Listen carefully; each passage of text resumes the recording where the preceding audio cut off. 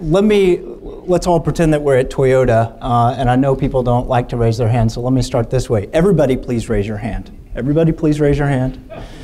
All right, put your hand, leave them up. Put your hand down if you work directly in the oil and gas or oilfield services industry. All right, put them down if you live in Houston. Put them down if you live in Texas. Okay, and we have nobody from outside of Texas. All right, for all those people who aren't here, and what all of us in this room recognize, and just to get to my point, because I know I'm the last one and people are going to need to start moving out, energy is the future of this country. And those of us who live in Houston, who live in Texas, have known this for a very long time. But we are the engine of the economy, and I think the things that we've heard from my co-panelists this morning really confirm that we are the bailout that saves this country long term.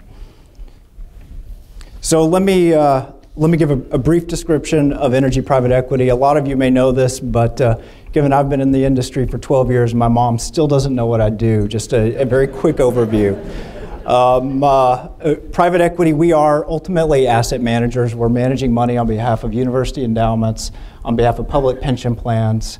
So we're investing probably your capital in some form, whether directly or indirectly, and we're definitely investing the country's capital directly into energy. And so when politicians like to attack energy, they forget that they're actually attacking the pensioners that need to benefit from it. We are obviously a source of capital, and I think a number of us in private equity try to be strategic partners. So we're not all bad guys looking to just make money by levering up companies. We are trying to be strategic in our investments and help those companies grow. But as I just alluded to, we are also a political punching bag. We, as energy private equity, we are evil. We invest in oil and gas. We're Wall Streeters. We are Blackstone private equity, front page of the newspaper. We're the one percenters. So we definitely feel like we have a target on our backs at all times. But that's okay. I mean, I'd rather, I guess, fight from a defensive position and show what I'm worth. The players, I think there are a number of parties who participate in my area of hopefully the as people would see it, the value chain. On here, and for some reason, the two Lime Rock logos don't show up. So Lime Rock's not on here, but we're actually the top of the second column on the top and the top of the furthest column.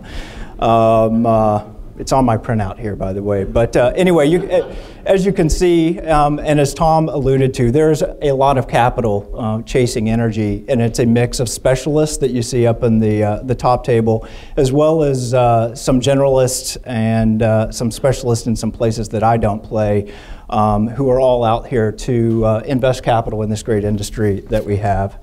The brief ad, Lime Rock, we do believe that we're different from a number of those other parties on the previous page. You can kind of read the bullet points here, but I think it's better kind of said in terms of the types of companies that we invest in. And so just to give you a hint, I mean, we've got a direct investment in an Iraqi oilfield service company called OilServe. I don't think there are a lot of people in this room, and particularly in private equity, who've invested directly in Iraq. So hopefully that tells you that we are a little bit different. We're investing right here at home, out in the Wolfberry with Crown Rock, and we're investing in oilfield technologies, a company like Silixa, which if there are any Department of Defense people in here, they too like this technology because all of the fiber that's around this room, they can pick any point and listen to any one of our individual conversations specifically with that. But it has great energy applications, and we can put it down hole and we can tell you which exactly those perforations are producing and really help out people like Steve as they're trying to analyze how efficient their completions are. I already alluded to it. Technology probably drives the new economy, and everybody likes to talk about it. But energy still makes the world go round. Right here in the U.S., some of the API says that the oil and gas industry employs 9.2 million Americans. I think if you just look at the value of what we're producing here in the U.S., it attributes to 8 to 9% of GDP, the left-hand table. But if you look at the right-hand table and you try to take some factors of the energy component of manufacturing, transportation, electricity, everything that we do, and then how that rolls through the economy, energy is actually directly attributable for 35 to 40% of the overall GDP. So it is a very significant part of the U.S. and the global economy. So as an investor, investors like to look at the pros and cons before they come up with their investment thesis, and that's how the rest of my talk is laid out. But those of you who know me personally know that I'm always a pessimist, and I always talk about what's going to go wrong, so that's where I'm going to start here as well. There is tremendous uncertainty. I think a lot of it's been hit on already. Oil prices are high. Are they too high? Do they face issues for our domestic, if not global economy with $100 plus oil, and particularly domestically as we think about our transportation fuels and what, for the average American, what it means to be filling up at north of $4 per gallon. And then the inverse, because I've got a decent amount of natural gas in my portfolio. Wow, looking back historically, I kind of like the shortage and what that did for prices, and now looking forward, looking to the way that we've actually built ourselves out of that problem and into oversupply does create new problems as an investor, but I also think it creates immense opportunities for us as a country. But to overcome those, or to get to those opportunities, we've got to overcome regulatory upheaval and uncertainty. Dave, I think, touched on this very well, but a few things to just kind of throw out there as anecdotes. If you read the fine print in Chesapeake's 10K, you'll see that there is potential for criminal charges against them for violations of the Clean Water Act for some pretty, what I believe, and I don't know the facts, but what I would think are some pretty benign activities of creating well site locations up in the Marcellus. And so clearly the EPA, from my perspective, is trying to overreach, and for the word criminal to be even brought up is outright amazing to me. While I agree with Dave and Steve that I don't think that we will have anti-frac regulation, I think there's a lot of people who are concerned about anti-frac regulation, and that really impacts where capital gets invested here in this country. Fortunately for the Gulf of Mexico, the permits are finally coming, but that certainly took a long time, and enough's been said about the XL pipeline. We also face a big problem. I called it last night the graying generation, and some of my table mates weren't too appreciative of that. Sorry, Bill. I have a few gray hairs. They're coming. My wife points them out all the time. But we do have exhausted talent. But the other thing that we face that's not on this slide, but I think everybody last night at dinner acknowledged, you've got office workers who have definitely grayed, and we're trying to develop a new generation who are in the office, but let's face it, the work gets done out in the field, and we've got a real problem out in the field due to some social economic issues right here in our country, and that is we can't get people to pass substance abuse tests. And if we can't get workers to show up out there, we can't get those people employed. And there are a ton of jobs for our industry to offer up, but we need people who can get themselves cleaned up so that they can come out there and contribute to this great economy and great country that we have.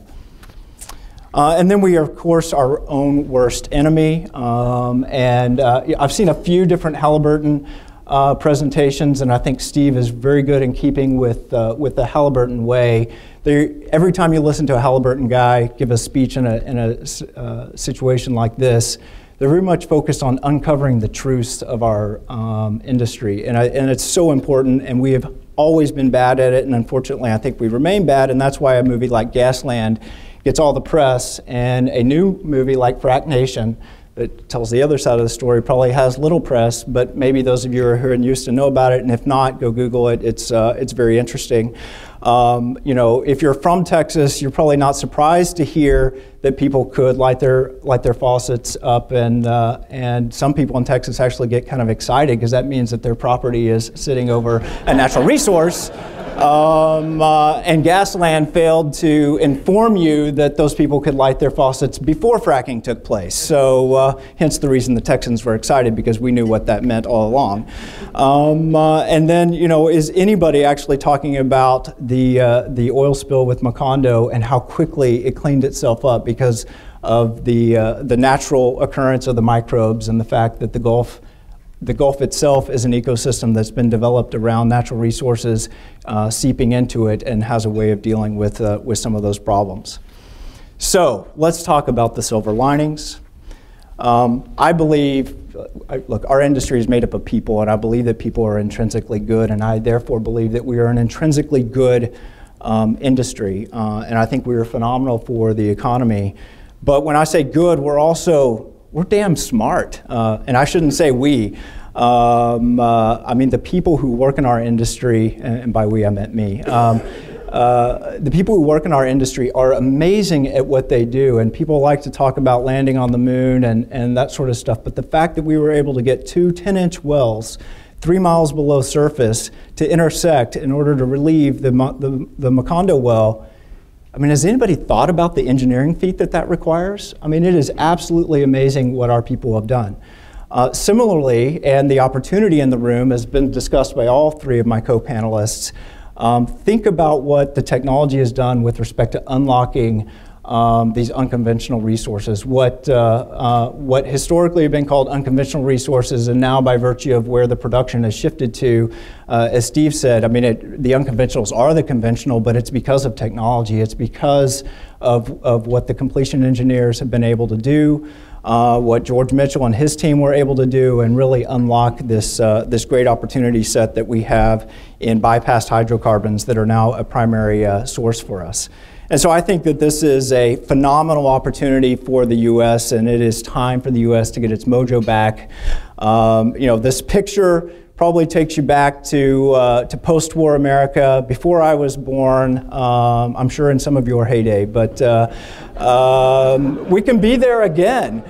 And for anybody who knows me, who's kind of spoken to me over the last kind of 9 to 12 months, and particularly over the last 3 to 4 months, as I've gotten particularly depressed about gas prices. But one thing that I've really talked about is the great opportunity that natural gas is creating for this country, and quite frankly for me as an investor. But I think for each one of us in this room, and you know, none of those people, we didn't have people from outside of Texas here, but for all of those people outside of Texas, the supply and security of natural gas here and what that means for long-term energy cost is pretty amazing. And I would dare to say that for all of us in this room, this is the first time in each one of our lifetimes that the U.S. has had a long-term sustainable competitive advantage in something, and that something is energy prices. And that is critical. If you go back to the slide that I showed about energy and its contribution to GDP, this country has an amazing opportunity and can bail out this economy and the global economy if we don't get in our own way. We have cheap and secure energy. That's going to allow for manufacturing right here back at home, which will create more jobs. Chemicals, fertilizers, as Tom hit on, people want to expand their facilities here. And then transportation fuels. There will be bridges, and while natural gas may not be what each one of us are putting in our gas tanks, it definitely ought to be in all of the FedEx trucks, the local buses, and any kind of fleet sort of vehicle. And we're also seeing it by, again, for a first time in my lifetime and looking around the room, most of your lifetime, we are a net exporter of refined products. What a change. Wow. I mean, this is absolutely amazing. And this is reversing the trade imbalance and is something that we should be embracing. And yet, if we can't get the XL pipeline built, we can't get that crude here in order to refine it and then export some of those products. And then let me say to our environmentalist friends, we are a friend to the environment, and I think on a serious note, Steve hit on a number of the reasons that we are not the evil one that we are often portrayed to be. But let's go back to a period in time, and if you will, if you think back, the U.S. used to burn a lot of whale oil for purposes of lighting our homes. And the whales, too, celebrated when Colonel Drake discovered that first amount of oil, and we transitioned to an oil-based economy. So we've done a lot to save the whales, and I think we can do a lot to save America. So let me conclude. This is the last slide, and then I know you're ready to go. But as an investor, just to leave you with a few of the investment themes that I think come out of the story that each one of us have told this morning. Unconventional resources are the conventional resource. It's where the capital is going, both here as well as increasingly international. And so if it's not part of your portfolio, it needs to be part of your portfolio. I like to call this decade the decade of the completions engineer. That was probably true for the last decade as the unconventional resources became conventional, but I think it remains true. And for that element of the true and false statement that was in Steve's presentation, because each one of these basins is somewhat different, it does require these completion engineers to come up with the right solution there. And so making sure that you've got the right team working for you as you go to access these hydrocarbons is critically important. There's been a lot of build out of equipment right here in the good old USA over the course of the last 3 or 4 years, and I think that's going to lead to increased consolidation. So as an investor, consolidation opportunities are pretty attractive to me. I think Tom hit very well on infrastructure opportunities. We've got a lot of products that we need to get moving around this country, and there are a whole host of services that go around infrastructure, from the people who operate it to the people who build it to the people who measure the volumes going through that, and that all of those present some pretty interesting places to put your money. And then last but certainly not least, and something that's particularly difficult to invest in, but every one of you as employers better be investing in it, is human talent. We need to train our people. But training organizations are also kind of interesting to me, as would be outsourcing, and so that would be outsourced engineering and the like. I mean, this is really how we produce those commodities and get them to be something that we can actively use, is through the great ingenuity of the human brain. So with that, I will close it up. Thank you very much.